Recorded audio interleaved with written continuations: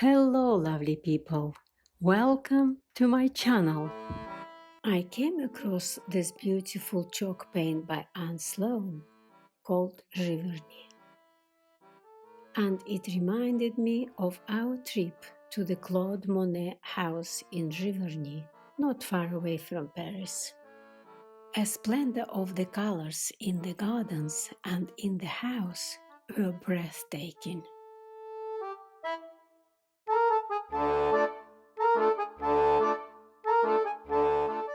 Unfortunately, we were not allowed to take pictures inside the house, where the bright, vivid colors were blended in harmony. I am using this bold, outstanding chalk paint in my next project. Here is my canvas, and it is as plain as any. Let's see what we can do about it. To give a piece a bit more dimension, I am starting with a raised stencil and using a plaster of Paris for it. A plaster of Paris is not the easiest to use for the stencil. It dries very quickly.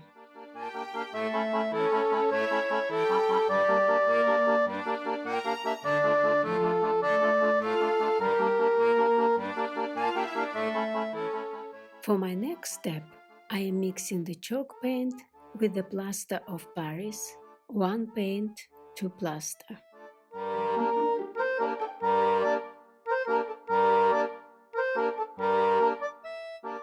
Then I am applying it randomly with my putty knife to create a lot of texture.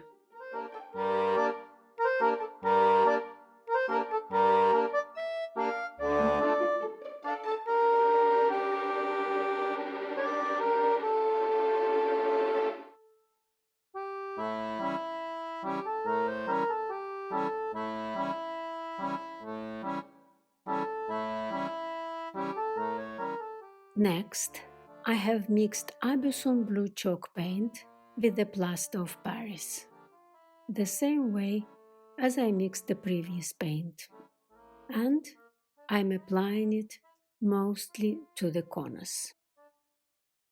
A chalk paint I am using for this project is by Annie Sloan. To create a texture, you can use different products. I use a plaster of Paris just because I happen to have it.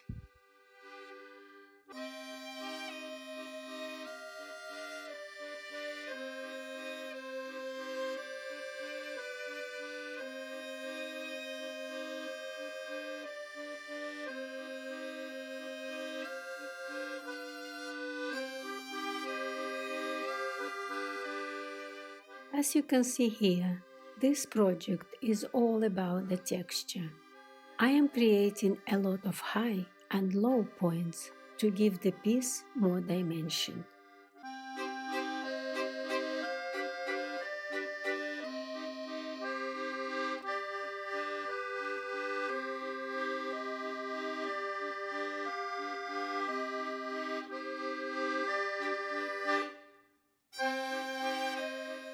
My next color is a Louis blue chalk paint, which I mixed with the plaster 1:1.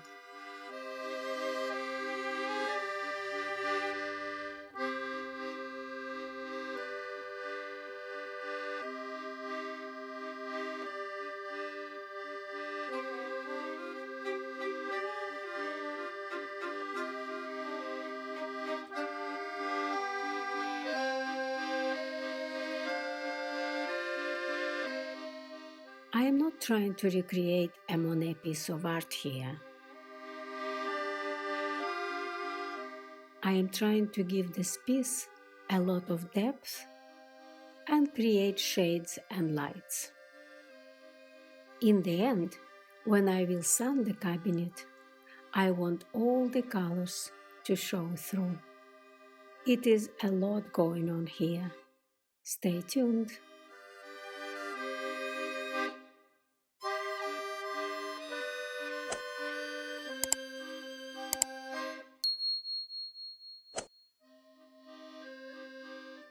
My next choice is a country grey wash, which I made of 2 parts of chalk paint, 2 parts of water, and 1 part of plaster.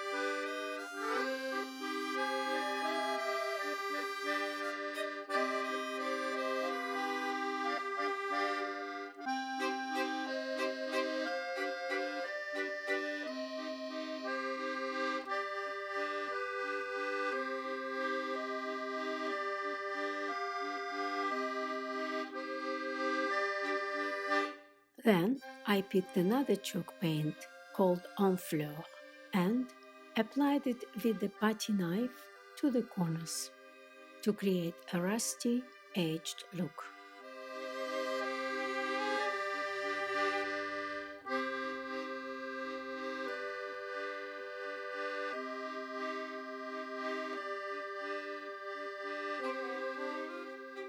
Next, I am using an old white paint mixed with water 1 to 1, and I am using even more water. All I want here is to give the piece a bit of a hue and to bring all the colors together. As you can see, I am wiping the paint back by tapping, which creates even more dimension and more high and low points.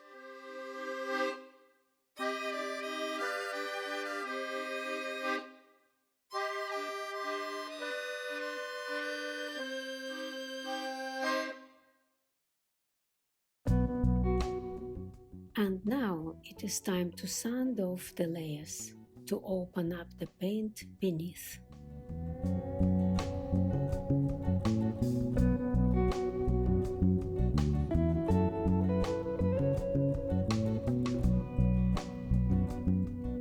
On the side of the cabinet, I used a sanding machine. But here the surface is so small, I have to do it by hand.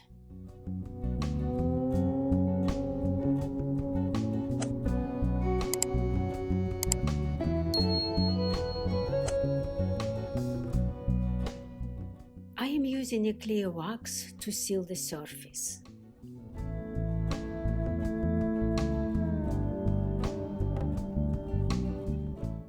You can see how it enhances the colors, bringing them out.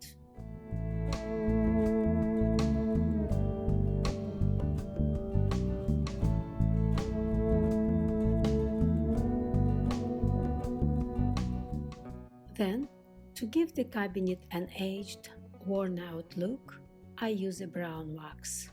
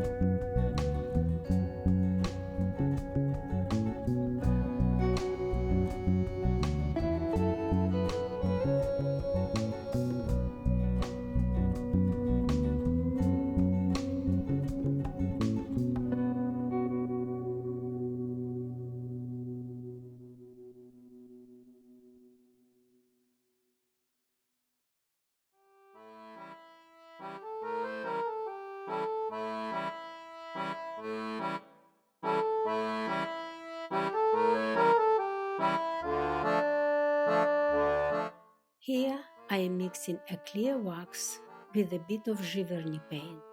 I want the stencil to stand out. Normally, I would not mix an oil-based wax with a water-based paint. But here the surface is small and everything about my piece is to be old and chippy, so it doesn't really matter.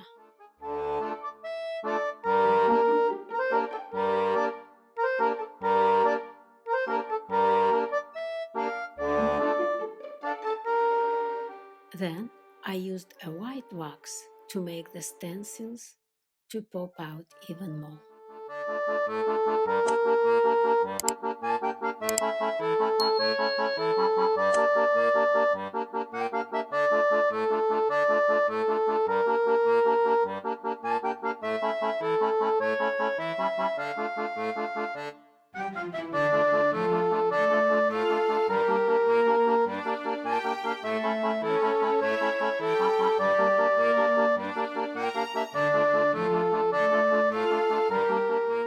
I gave the top a coat of wood stain, just to give it more sophisticated look. In the end, I have painted the inside of the cabinet with Giverny paint. And here it is.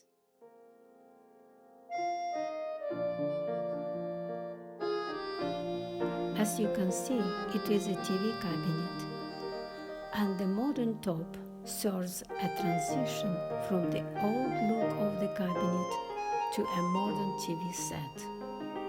In my view anyway. Thank you for watching.